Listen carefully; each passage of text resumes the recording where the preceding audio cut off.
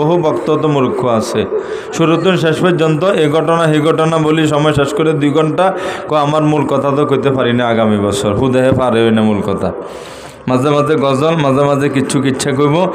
পুরা কোরআন হাদিসের এমনি ওয়াজ মাহফিল হচ্ছে তফসিরুল কোরআন, কিন্তু 30,000 টাকা নিয়ে সুন্দর করে গাড়ি নিয়ে চলে যায়, আপনাদেরকে কোরআন হাদিস কিছু দিতে পারে না।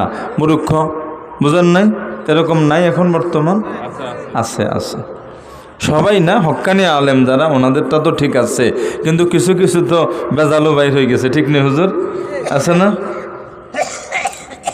একজন খুব আন্তর্জাতিক, আমি নাম বলবো না, মানুষ মনে করে খুব আন্তর্জাতিক, আমাকে একবার আমি বয়ান ইউটিউবে ছাড়ি বহু আগে, তা আমারে দিচ্ছে শুনতে, দেখি কয় আল্লাহ পাকের নবী বলেন আলা কুল্লুকুম রাইন, আবার ইউটিউবওয়ালা আমারটা মনে করিয়েন না, ওয়া কুল্লুকুম মাসউলুন আন রাইয়াতিহি।